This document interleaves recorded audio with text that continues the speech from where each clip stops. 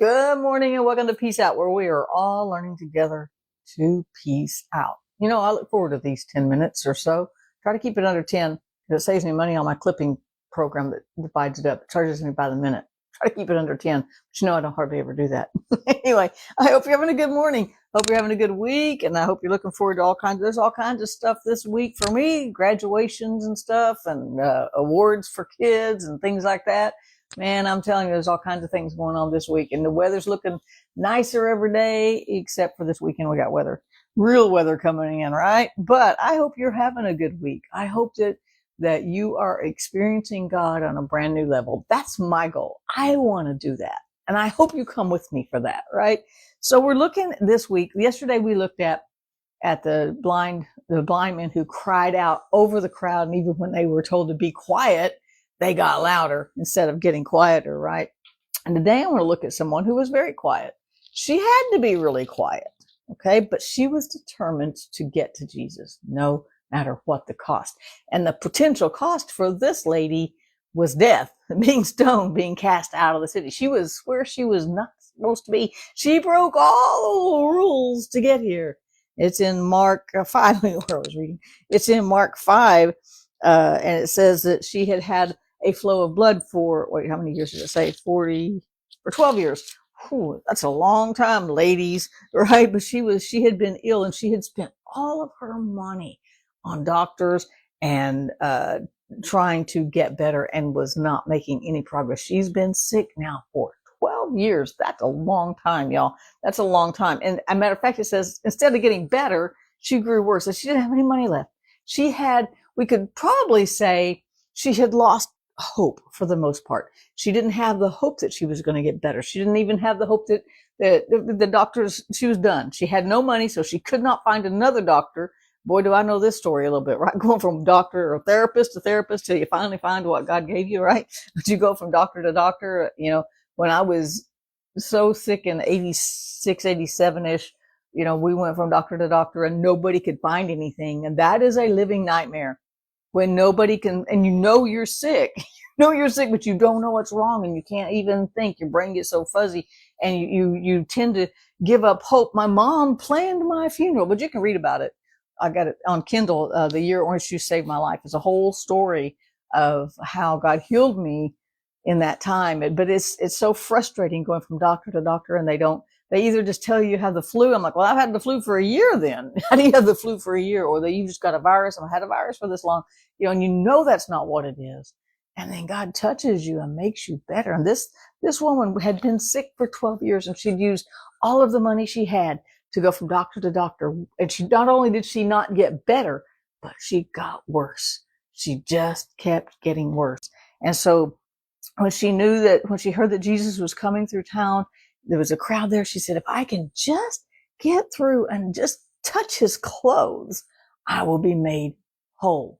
She said, so she had some faith in there, even though she had almost given up hope.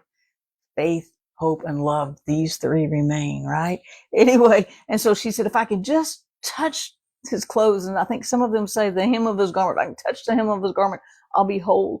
And as soon as she pressed through the crowd, see, she wasn't supposed to be there, y'all.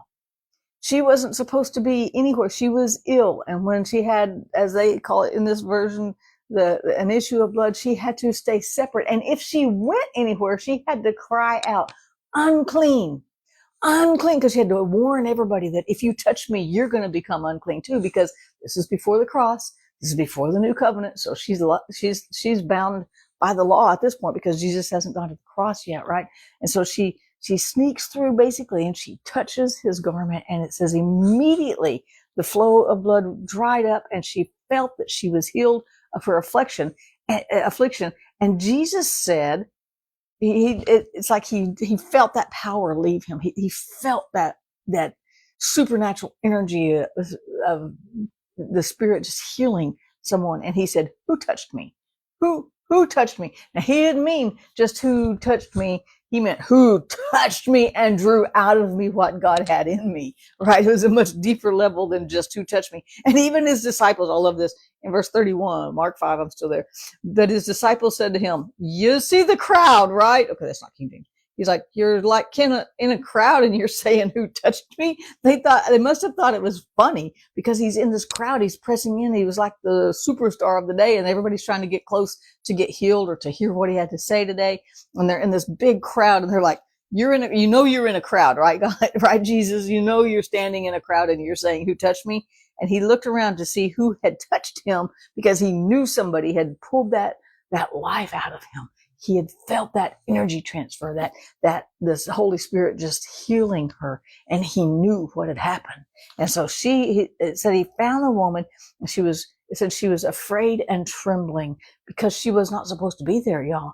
She was in trouble as far as the law goes. She had broke the law to get in to see Jesus, to get touched. And all she wanted to do is quietly sneak in and touch his garment, just his garment, and then sneak back out. That's all she wanted to do. And now she's been caught. And so she confessed the whole thing. And he said, he said, daughter, that's a precious term, daughter, go, your faith has made you whole. Go in peace and be healed of your affliction. And what I want to focus on is that her tenacity. She said, I don't care what the crowd says. And she didn't even care what the law said, what the legal side was. She was so determined to get in and touch Jesus because she knew that's where her answer was. Now, in her case, it was healing, right? In her case, she needed her physical body healed. But sometimes it's our souls that are broken. Sometimes life has a way of throwing big chunks of stuff at us, big chunks of stressful stuff at us, and our souls get in that place. What if we had that kind of tenacity where we went, I don't care what my religion says. I don't care what my denomination says. I don't care what my friends say. I don't care what my enemies say. I just need to get to touch Jesus so that my soul can be made whole, so that the emotions can be healed. If God can heal the body that he created, can't he heal the soul that he created, the mind, the will, the emotions? Can't he heal trauma? Can't he heal? And I'm being a little facetious, but I'm just posing some questions here that make sense in the context of this story. If God can heal a body he made, he must be able to heal the soul that's broken too, right? Can't he heal us from the things that life has thrown at us? Doesn't he know the scars that our soul carries because of things that have happened in our lives? And if we can say, I want to get past the crowd, I want to get past the noise of the media, past the noise of even the education system, past the noise that's going on in life, past the noise of, I was reaching for my phone. Hello. Past the noise that we have on our phone that's dinging and calling for our attention all day. If we can turn that all down just for a minute and go, God, I think I need you more than I need all of this today. Just in this moment, I need you more than I need a text. I need you more than I need another video on YouTube. I need you more than I need to know the news. I need you more than I need to even go to work and make my money. Right now, in this moment, I need you to touch my soul. Or I need you to touch my body because he still touches bodies too. I don't have all that figured out, but I know he still does, right? There's too many testimonies of people and I'm one of them. The year orange just saved my life. That tells the whole story of how God miraculously healed me, and I didn't even know what he was healing me of, right? And so, I could tell story after story. I know he still touches the body, but I know he still touches souls too. And so if we could just say, I'm going to turn all the noise off just for a minute. And I want to be like that woman who said, I'm going to touch him if it costs me my life. I'm not going to tell anybody, but I'm not really supposed to be here. But I'm going to touch him because this is my last hope. And you know what? When she touched him, and he said, I love that he said, go in peace. Go in peace. Maybe if Jesus had walked in the 70s, he'd say, what's up? Your faith has made you well. Peace out. Peace out and be healed. Peace out and be healed. So I want to say that to us today. Let's find that place in our hearts to just press through all the noise. So much noise in our world today, right? So much going on. We can press past the noise today and just say in our souls, today, I want to touch Jesus. And if I can just touch a little thread in the hem of his garment, so to speak, I know my life will be changed. I want that kind of tenacity. I want that kind of dedication, determination that I need to touch him today. Why? Because I need him to touch me. I need him to make me whole body, soul, and spirit. That's when we're going to peace out, right? He said, peace out, go in peace, and be healed. He knew she wasn't supposed to be there too. But he didn't say, I'm taking that healing back because you ain't supposed to be over here. No, he had no condemnation. He understood her heart. He understood why she had done what she did. And he said, peace out. Peace out, daughter. Go in peace and be healed. And I love that. And I think he can say the same things to our souls today. So will you be that one that's going to press through and go, I need to know him a little bit more today? Maybe you're going to read the word a little bit more. I need to know him a little bit more. I want to know more about Jesus. I want to know more about God. I want to know more about this word. Are we going to have that tenacity to press through all the noise, all the crowded world that we live in with so much going on, and just say, you know what? I just need one thing today, and that's to touch him, because I just need his touch today. And then I can peace out.